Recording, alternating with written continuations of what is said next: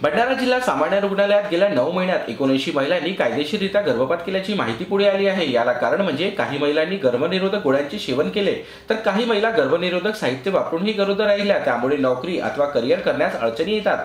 अशा समस्यांना समोर घेऊन येत कायदेशीर मार्गदर्शन व वैद्यकीय सल्ला घेऊन गेल्या 9 महिन्यात भंडारा जिल्हा सामान्य रुग्णालयात 79 महिलांनी कायदेशीररित्या गर्भपात करून घेतला आहे।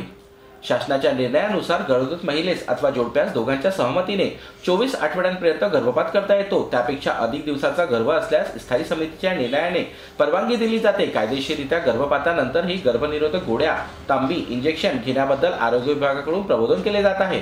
दरम्यान नोकरी, व्यवसाय, करिअर, घराचे हप्ते, पालकत्वाच्या जबाबदारीची भीती अशा अनेक कारणांनी कायदेशीररित्या गर्भपाताचे प्रमाण वाढले आहे। गेल्या 9 महिन्यात भंडारा जिल्हा सामान्य रुग्णालयात कायदेशीररित्या 79 महिलांनी गर्भपात केले आहे। गर्भपात करण्यासाठी महिलांच्या वतीने परवानगी मागताना मातेच्या जीवाला धोका, अर्भकातील व्यंग, उपचार, शस्त्रक्रियेनंतरही व्यवस्थित न होणे, गर्भनिरोधक औषधी निकामी ठरणे, अत्याचारानंतर गर्भवती राहणे असे अनेक कारण समोर करून परवानगी मागितली जात आहे। भंडारा जिल्ह्यामध्ये आतापर्यंत अबॉर्शनचे प्रमाण आहे किती वाढलेले आहेत आणि कशा पद्धतीने परवानगी मागतात? वेगवेगळ्या कारणांसाठी अबॉर्शन बद्दल परमिशन मागतात लोक आमच्याकडे, आणि आम्ही त्यांना जे 6 कॅटेगरीज आहेत ज्याच्यामध्ये आम्ही अबॉर्शन 20 आठवड्यापर्यंत करू शकतो, त्याच्यामध्ये जर पेशंट आमची फिट बसत असेल तरच आम्ही त्यांना अबॉर्शनची परवानगी देतो, नाही तर आम्ही त्यांना बरेचदा प्रेग्नन्सी कंटिन्यू करण्याचा पण सल्ला देतो।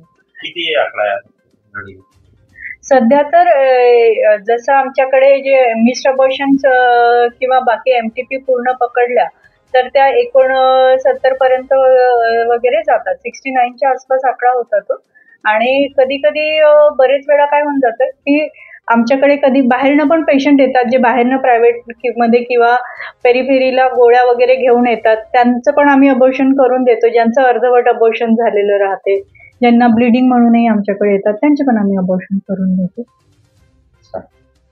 अबॉर्शन आम्ही खूप सगळ्या कारणांसाठी करून देतो। जसं गव्हर्नमेंट सर्व्हिसमध्ये असलेल्या ज्या स्त्रिया आहेत त्यांना बरेच वेळा जो लाईफमधला ताणतणाव किंवा त्यांच्या वर्क प्लेसचं जे स्ट्रेस आहे त्याच्यामध्ये जर प्रेग्नन्सी राहिली, कॉन्ट्रासेप्शन यूज करत असताना सुद्धा प्रेग्नन्सी राहिली, अशा वेळेस ते आमच्याकडे बरेच महिला सल्ल्यासाठी येतात की आम्ही आता काय करायचं प्रेग्नन्सी राहिली, तर तेव्हा आम्ही यांना योग्य तो पद्धतीने आणि योग्य उपचार देऊन गर्भपात करण्याचा सल्ला देतो किंवा गर्भपात त्यांचा आम्ही करून देतो। तर दुसरीकडे गर्भलिंग चाचणी करण्यास बंदी असली तरी अनेक रुग्णालयात अजूनही छुप्या पद्धतीने गर्भलिंग चाचण्या सुरू आहेत। त्यामुळे मुलांच्या हौसेपोटी देखील अनेक महिला कारणे पुढे करून गर्भपात करत असल्याचे समोर येत आहे।